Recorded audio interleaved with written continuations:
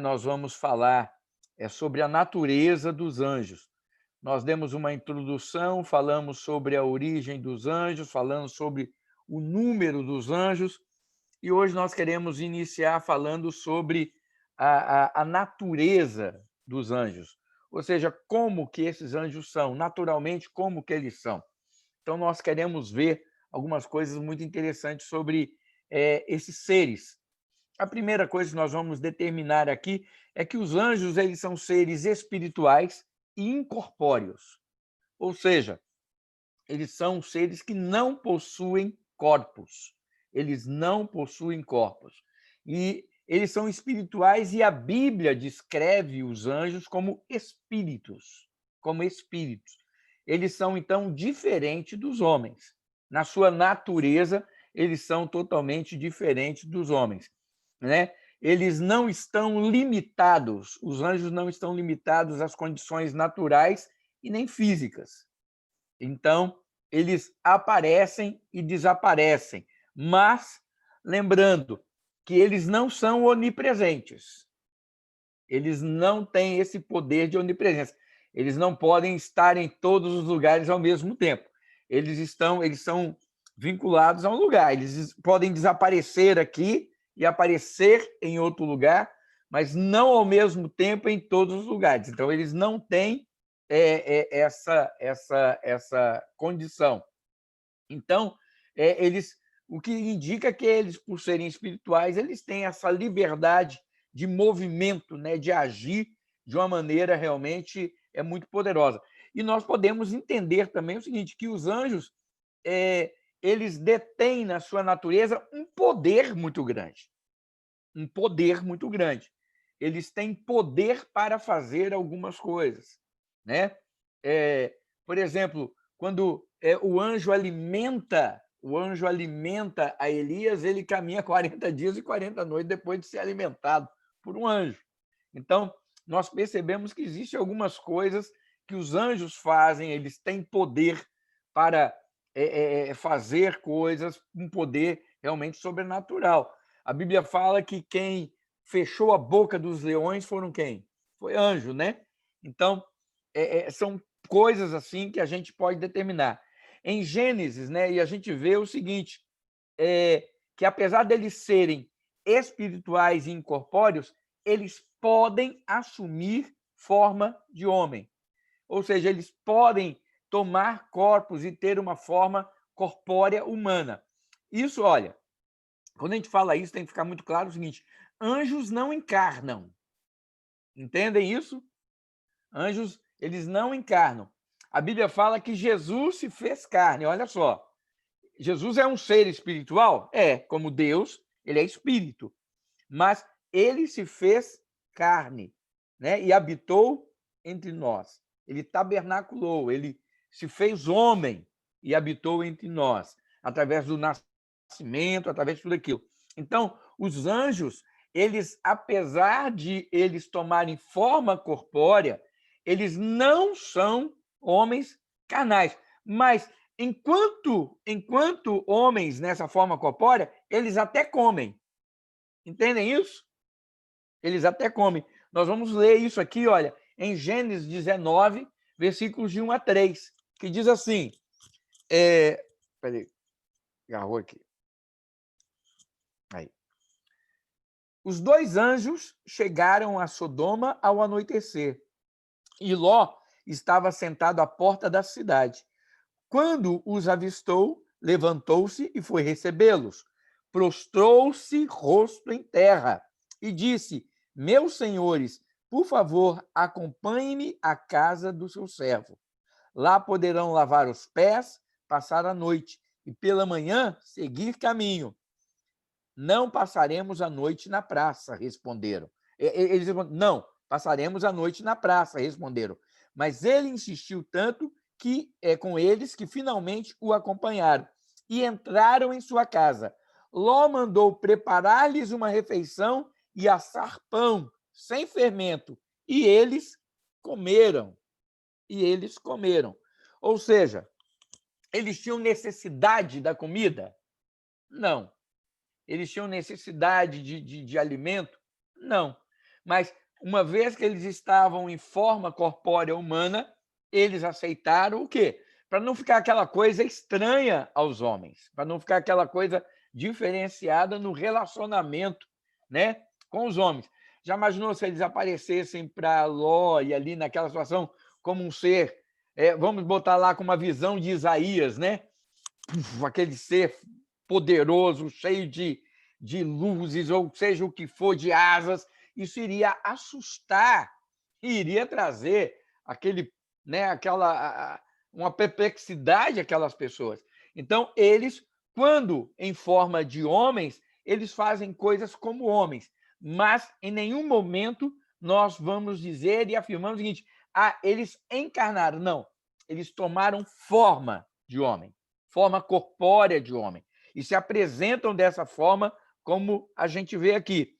Mas nós podemos ver claramente em toda a Bíblia, tanto no Antigo como no Novo Testamento, que o quê? Que os anjos são descritos como pessoas ou seres, não pessoas, seres espirituais.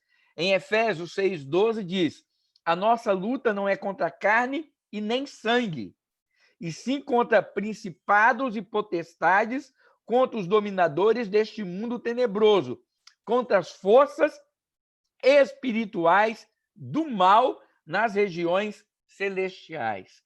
Aqui Paulo está falando dos anjos maus, tá?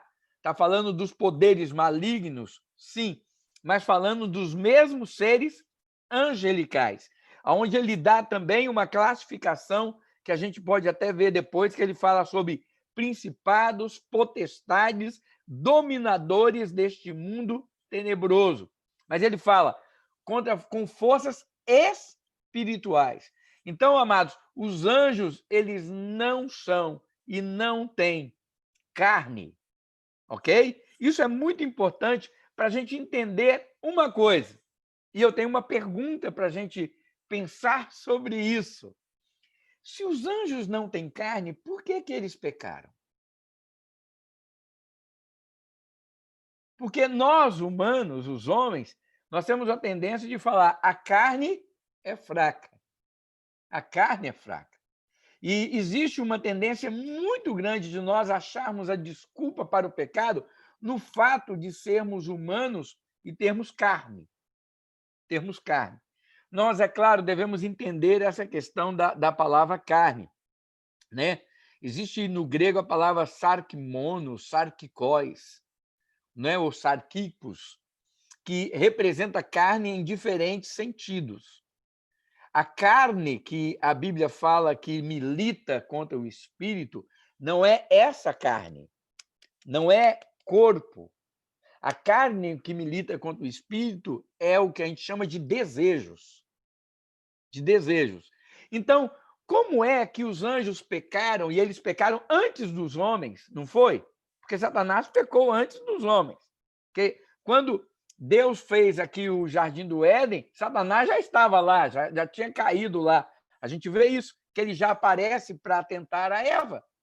Então, como e por que eles pecaram? Aí nós percebemos uma coisa, que a questão do pecado, irmãos, não está na nossa carne, mas está na nossa liberdade de escolha. Na nossa liberdade de escolha. Com isso, o que eu quero falar para nós homens é o seguinte: nós devemos parar com algumas desculpas, né? Porque meu olho me faz pecar, a carne ali, né? Seja, especialmente na área sexual, os homens, né? E mulheres também, quando eu falo homens, seres humanos. Porque minha carne é fraca, a gente tem desejos assim. Nossa, você não sabe o que é isso, o meu corpo. É como se eu não tivesse condição de resistir ao pecado, porque eu sou homem. Na verdade, não é isso. O homem não peca porque ele é homem, ele peca porque ele tem livre-arbítrio para escolher e escolhe errado. Agora, ele escolhe errado por quê? Porque a sua natureza foi afetada pelo pecado. Entendem isso? Agora, ele não peca porque ele tem corpo, ele peca porque ele é livre. Porque ele é livre, do mesmo jeito que os anjos, né? Eu até brinco de vez em quando eu estou falando algumas coisas assim, eu falo, algumas pessoas, alguns homens, falam assim: pastor, a carne é fraca, né? Para arranjar desculpa pecado, eu falo assim: gozado, Satanás não tinha nenhuma anja, né? Passando lá, que ele olhou e falou: nossa, minhas asas agora titubearam e eu fiquei tentado por essa. Não tinha disso. Ele pecou simplesmente por quê? Porque ele foi criado um ser com liberdade e ele escolheu. Ele queria ser igual e maior ou maior do que Deus. Né? O orgulho do coração dele o levou a essa atitude e a esse pecado. Então, irmãos, nós devemos compreender essas verdades bíblicas, entender que os anjos eles não têm corpo, eles são espíritos, e mesmo assim eles tiveram a oportunidade e a condição de escolha de pecado. Entendeu? Então, isso é muito importante a gente compreender. Outra coisa, nós podemos ver aqui que os anjos, eles não são uma raça. Eles não são uma raça. Ou seja, nós podemos designar que os anjos são criaturas que foram criadas, né? Ou seja, seres que foram criados por Deus com um objetivo. Qual é o objetivo? Um exército para servir a Deus. Um exército que existe para o quê? Para cumprir as ordenanças de Deus e, depois da criação do homem, como diz Hebreus 1,14, seres que existem para ser a nossa diaconia, ou seja, servir os homens a serviço daqueles que hão de herdar a salvação. Eles nos servem em diferentes maneiras, em diferentes funções, eles nos servem quanto àquilo que nós devemos e podemos fazer, né? Então, essa é a questão. Teve uma pergunta aqui que eu consegui ler, que a Jaque está perguntando o seguinte: se há dúvida se os anjos ainda têm liberdade hoje de escolha. Fica patente que não, Jaque. Não, nós não temos nenhum versículo bíblico que determine essa questão da liberdade dos anjos na questão de poder ou não, mas ficou muito claro o seguinte: aqueles que se rebelaram contra Deus se rebelaram. E não há mais essa condição. É como se findasse essa condição. Assim como não há redenção para o diabo e aqueles que caíram, a Bíblia fala lá em Apocalipse que o inferno foi criado para Satanás e seus anjos. Ou seja, Satanás e aqueles que o seguem. Então, como não há mais redenção para esses, também não há mais condição desses anjos que permaneceram caírem. É como se estagnasse ali essa liberdade de escolha. Deus, na sua soberania, no seu poder, acabou com essa condição. Ou seja, é como quando nós formos salvos. No final de tudo, por exemplo, nós não vamos mais pecar. Não vai haver mais espaço para o pecado. Nós vamos continuar até ser livres? Sim, mas vai ser banido de nós toda a condição de pecado, através de um ato de Deus. Aquilo que era corrupto se tornará incorruptível. Aquilo que era mortal se tornará imortal, né? Então, nós seremos totalmente transformados e não também teremos, mesmo sendo, podemos dizer, continuaremos sendo livres? Sim, continuamos sendo livres.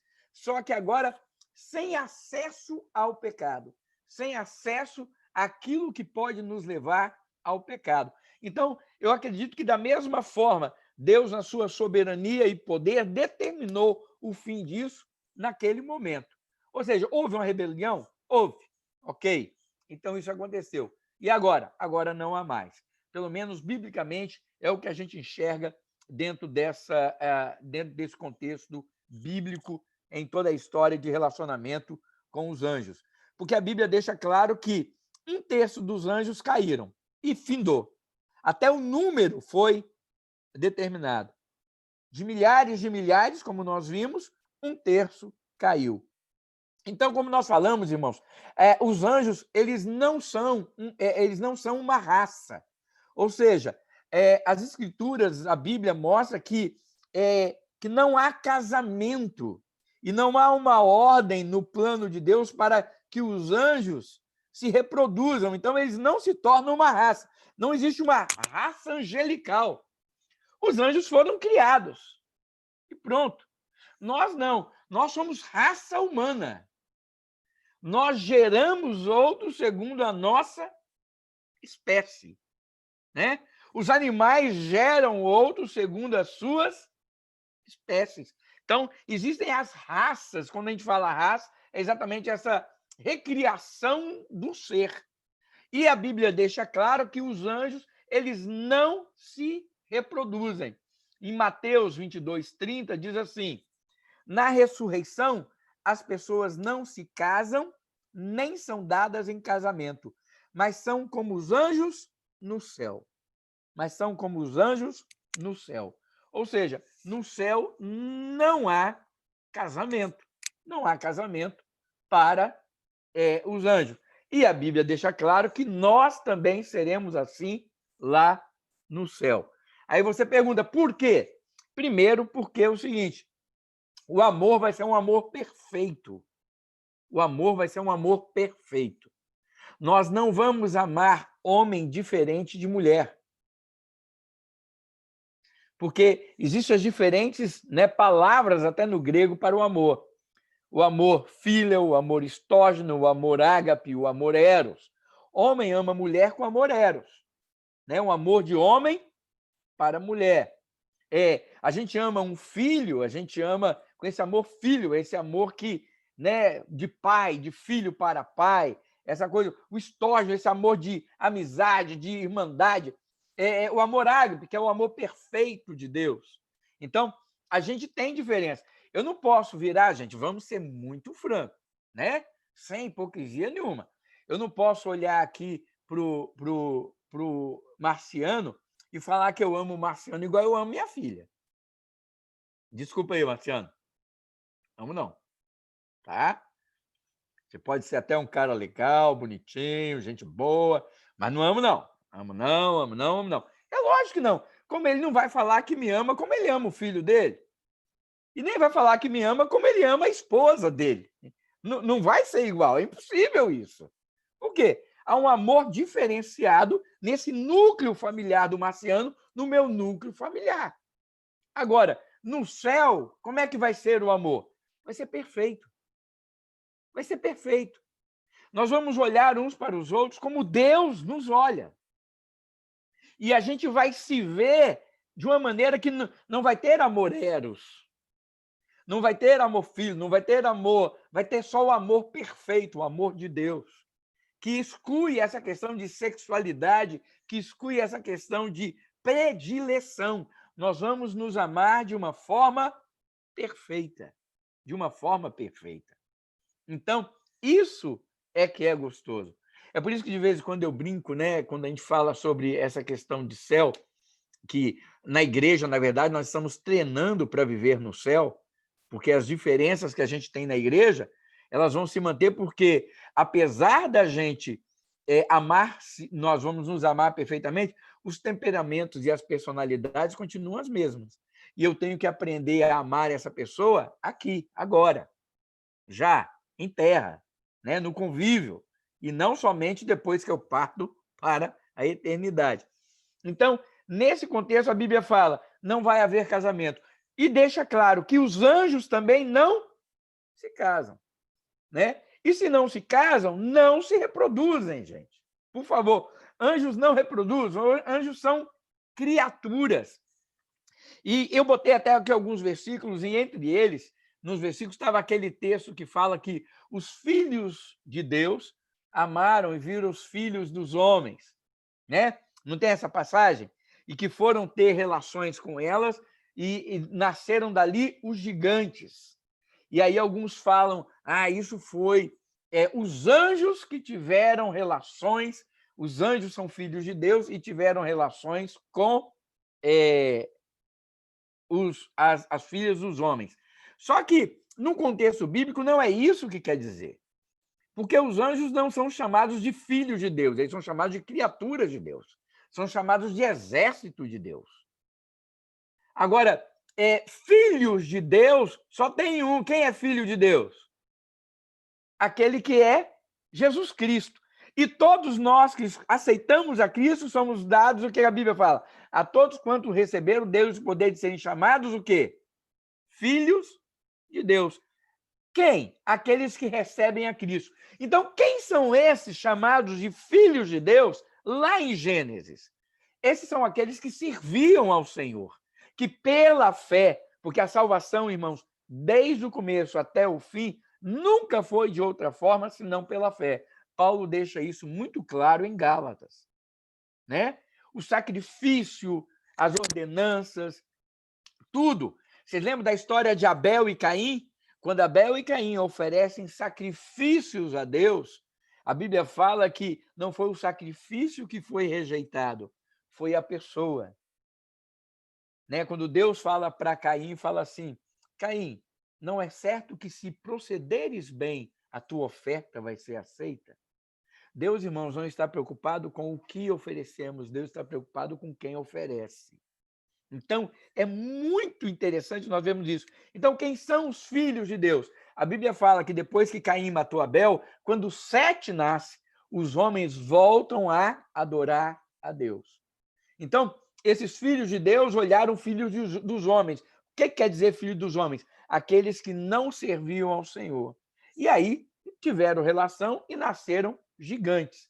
E quando falam gigantes, irmãos, são homens de estatura grande, são homens maiores e tudo. Por que nasceram desse jeito? Eu não sei. Eu sei que isso aconteceu.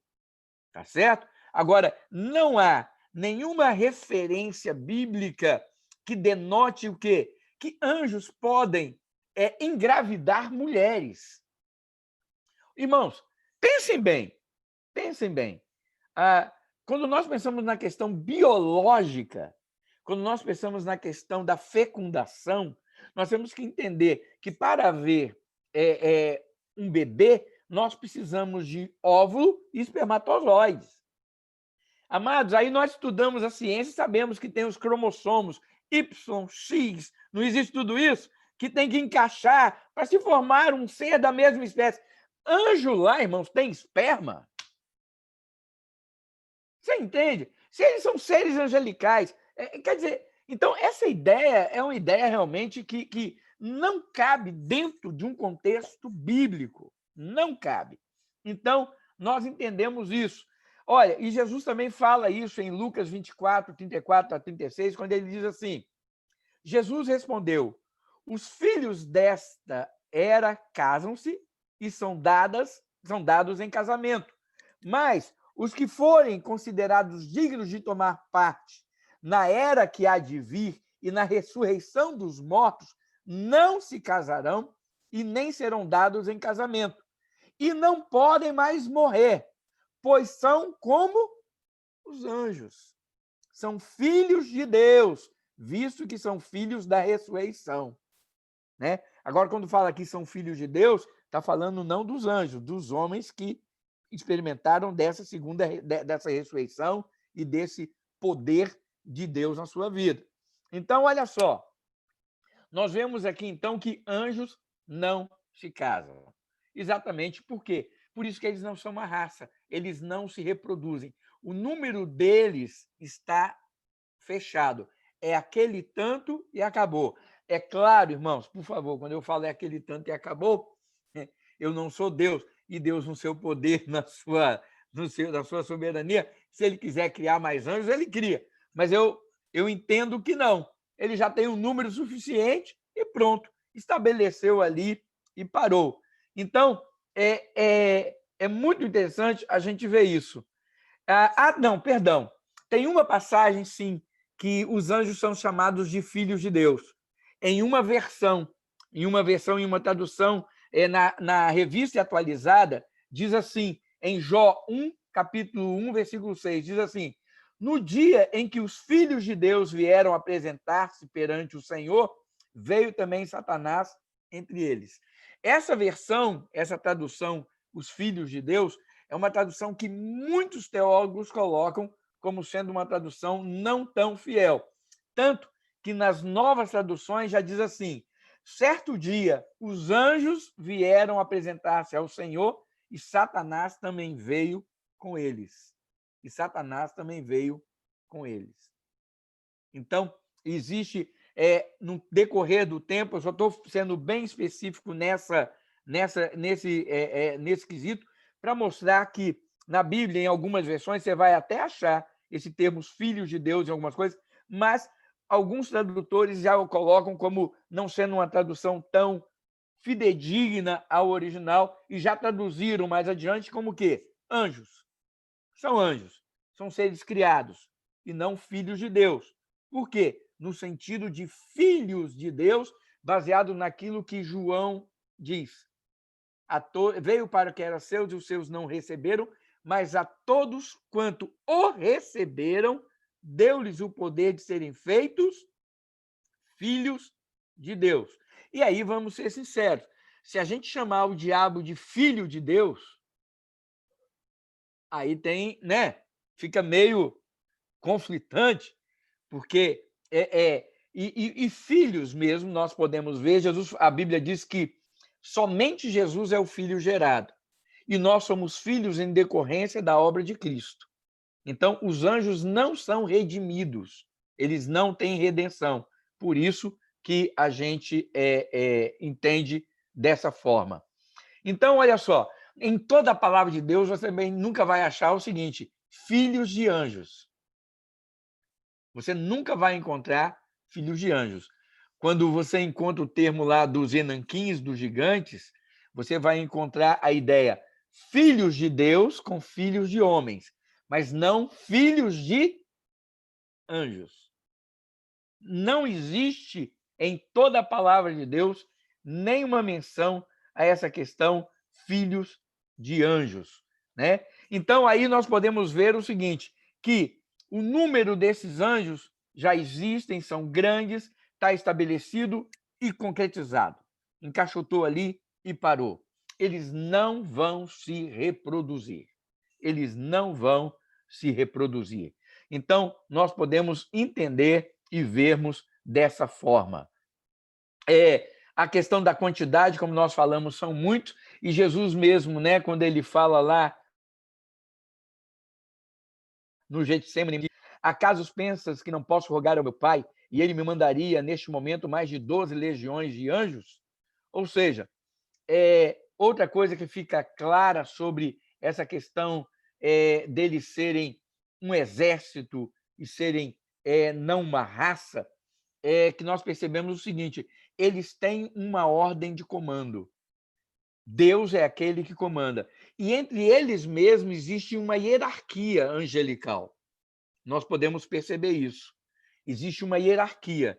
Quando nós vamos ler isso mais adiante, Daniel, quando Daniel ora e jejua, e Gabriel vem trazer a resposta para ele, e ele demora 21 dias para chegar, aí, quando ele chega, ele fala para Daniel: olha, no dia em que você começou a orar, Deus, né, eu saí com a sua mensagem, eu saí com a sua resposta, mas o príncipe da Pérsia me resistiu.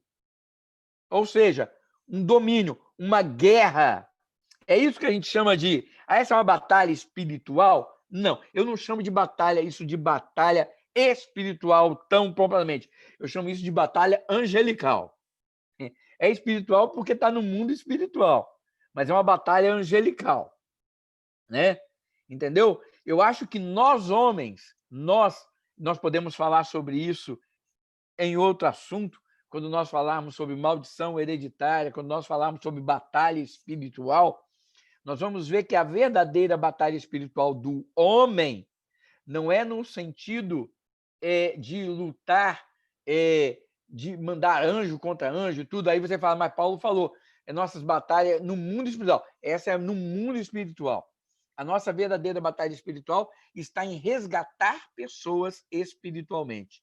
Pessoas que estavam mortas espiritualmente serem resgatadas para Cristo. Essa é, para mim, a verdadeira batalha espiritual que nós temos pela frente. E nós só a vencemos pregando o evangelho. Mas sobre isso a gente pode discutir e falar mais adiante em outro tópico. Mas o que eu quero deixar claro aqui é que existe uma hierarquia. E quando Gabriel fala para Daniel, olha, eu saí e eu não consegui vir porque o príncipe da Pérsia me resistiu, o que ele falou? Miguel precisou vir e lutar. Miguel precisou. Quem é Miguel? O anjo guerreiro, o arcanjo Miguel. Fala, né? O príncipe de Deus, o arcanjo Miguel, veio lutar. Ou seja, uma batalha para que ele conseguisse chegar aqui. Então, neste mundo angelical, neste mundo espiritual, existe essa guerra? Existe. Existe essa guerra.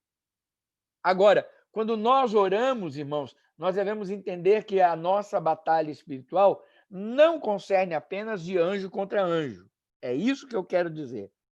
Quando nós estamos orando, porque muita gente que fica orando, falando sobre batalha espiritual, ele pensa o seguinte, que eu estou orando daqui, e aí o anjo que eu estou orando, o anjo que existe, vai lá para lutar contra o demônio ou o anjo do mal que está tomando conta da outra pessoa para libertar. Não, irmãos. Não é isso. Porque a pessoa, ela escolhe fazer, ela tem essa opção de fazer, ela está sob o domínio do mal, porque ela desejou isso, ela permitiu isso na vida dela. Então, não é por aí.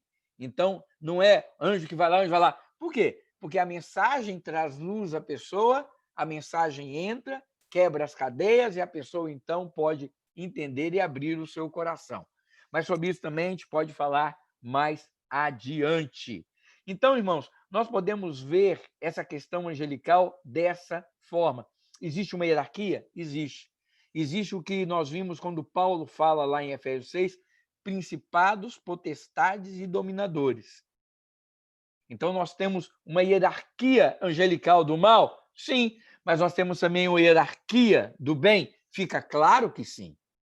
Porque se Gabriel é o anjo mensageiro e Miguel é o príncipe guerreiro, né? É aquele que luta, é o arcanjo, e depois nós temos os serafins e os querubins. Então nós podemos ver que entre os seres criados há uma diferença dessa natureza, dessa questão. Mas lembrando, então, por eles funcionarem dessa forma é que nós falamos que os anjos, eles não são uma raça. Eles são o quê? Um exército. Eles existem como um exército, e a Bíblia os chama de exército de Deus, né? Algumas referências fazem exatamente menções aos anjos como sendo realmente o exército do Senhor, ou seja, aqueles que vão fazer e trabalhar para defender e cumprir as ordens do Senhor. E quando fala de exército, ele quer dizer o seguinte, aquela coisa hierarquizada, estabelecida e que vai funcionar sempre daquela maneira. Porque é assim que o exército funciona. Capitão é capitão, sargento é sargento, cabo é cabo, soldado é soldado. Soldado, para ele chegar a ser capitão, então ele vai ser graduado. Mas, né, dentro das patentes, cada um sabe o que cada um tem que fazer. É isso que quer dizer. Então, os anjos têm as suas patentes, cada um sabe o que tem que fazer. E pronto. E pronto. Isso não quer dizer que eles são infelizes por estarem naquela posição. É a mesma coisa que nós como igreja. Cada um de nós é membro do corpo, né? Nem todos têm a mesma função. Como diz Paulo fala, nem todo mundo é ouvido, nem todo mundo é olho. Eu posso ser só o dedinho, mas o dedinho tem o seu valor? Tem. Tira o dedinho para você ver como é que faz falta. Então, que você que seja olho não fala, eu sou olho e não sou nariz, que pena que eu não sou nariz, eu devia ser nariz. Não. Cada um com a sua função. E isso quer dizer o seguinte, que nós, dentro do corpo, não importa qual parte do corpo nós sejamos, todos nós temos valor e somos importantes. Então, por aí você vê, então, essa questão da hierarquia angelical. Ok? E agora? Eles também são seres racionais, morais e imortais. Eles são seres racionais, morais e imortais. A Bíblia deixa isso também claro para a gente. Mas sobre isso nós vamos falar na quinta-feira. Beleza? Nós vamos falar sobre esses seres racionais, morais e imortais. E aí já vamos entrar também na classificação dos anjos. Nós vamos falar sobre os anjos bons e os anjos maus e falar também sobre os tipos de anjos que nós encontramos na Bíblia. Os tipos de anjos. E eu vou trazer para vocês alguns estudos, por exemplo, porque tem uma pessoa, me foge o nome dela aqui agora, ela é especializada em anjos. Vocês conhecem isso? Eu conheço uma pessoa que ela escreveu um livro especializado em anjos. Sabe o nome de tudo quanto é anjo e sabe o que cada anjo faz, como você tem que orar para cada anjo, porque cada anjo tem um tipo de oração. Para você ver como é que as pessoas viajam nessa questão. E nós queremos estabelecer esse padrão para entendermos quem são esses seres, quem são essas criaturas de Deus que são importantes? Sim, são importantes, sim. Mas a Bíblia diz que nós julgaremos os anjos. Nós julgaremos os anjos. Olha só, deixa eu perguntar, quem é que tem mais autoridade? O que é julgado ou o que julga? Então, o nosso destino, eu sempre falo, nós hoje somos inferiores aos anjos em poder. Em poder. Nós somos inferiores aos anjos em força. Somos. Mas nós não somos inferiores em destino. O nosso destino é muito maior do que o deles. O nosso destino é muito maior do que o deles. Ou seja, aquilo que nos aguarda é muito superior ao que aguarda a eles. Amém? Então que a gente tenha isso em mente. Muito bem, vamos orar nesse